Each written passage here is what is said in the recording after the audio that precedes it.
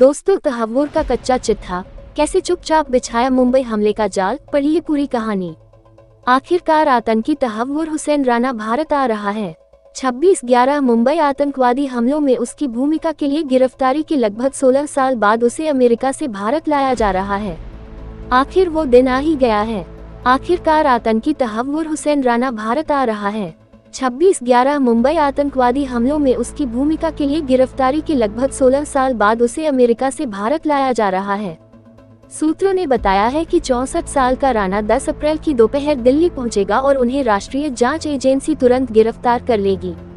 बताया जा रहा है कि राष्ट्रीय जांच एजेंसी और रिसर्च एंड एनालिसिस विंग की संयुक्त टीम उसे वापस ला रही है। जब इस आतंकी को भारत का कानून इंसाफ के तराजू पर तौलने के लिए पूरी तरह से तैयार है, देश का 17 साल पुराना जख्म फिर से हरा हो जाता है, जब 2008 में मुंबई आतंकी हमलों से दहल उठी थी। इस हमले में 160 मासूम लोगों ने अपना जान गंवा दी थी। चलिए आपको तहव्वुर राणा का पूरा कच्चा चिट्ठा सुनाकर बताते हैं कि कैसे इसने मुंबई हमले का जाल बिछाया था। तहव्वुर राणा का राज हमारे सामने लेकर आया था खुद 2008 के हमले का मुख्य आरोपी और पाकिस्तानी अमेरिकी आतंकवादी डेविड कोलमैन हेडली। इसे अक्टूबर 2009 में गिरफ्तार किया गया था और अभी यह अमेरिका की जेल में बंद है। अब सरकारी गवाह बन चुके डेविड हेडली ने बताया था कि राणा ने उसे आतंकी ऑपरेशन और उसके अंजाम देने के लिए साजो सामान और पैसे की मदद की थी।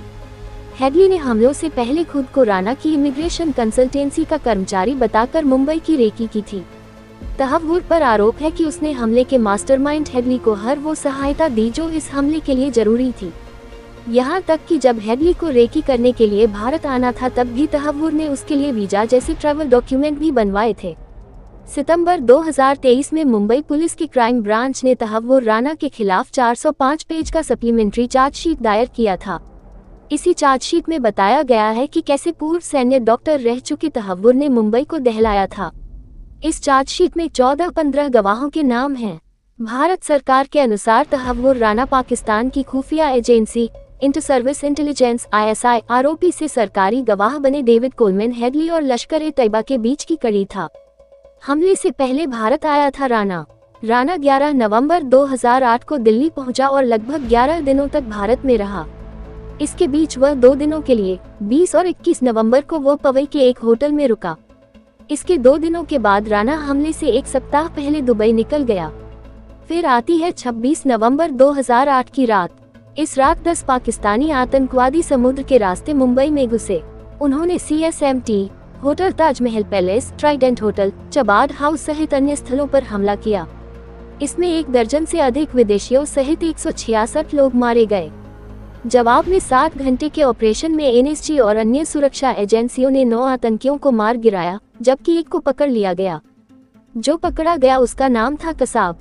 उधर अक्टूबर 2009 में हेडली अमेरिका में गिरफ्तार हो गया। आगे डेविड हेडली भारत के लिए सरकारी गवाह बन गया। राणा और अन्य आतंकियों के खिलाफ उसकी गवाही ने केस में और खुलासे किए।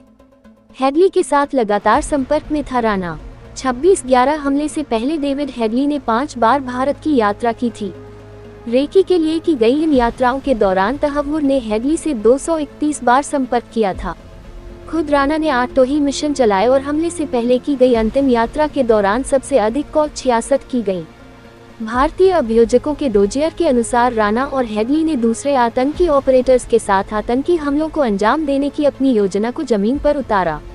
उन्होंने हमले के लिए भारत में अन्य ठिकानों की मैपिंग की थी, जिसमें दिल्ली में नेशनल डिफेंस कॉलेज और इंडिया गेट और कई यहूदी केंद्र शामिल थे।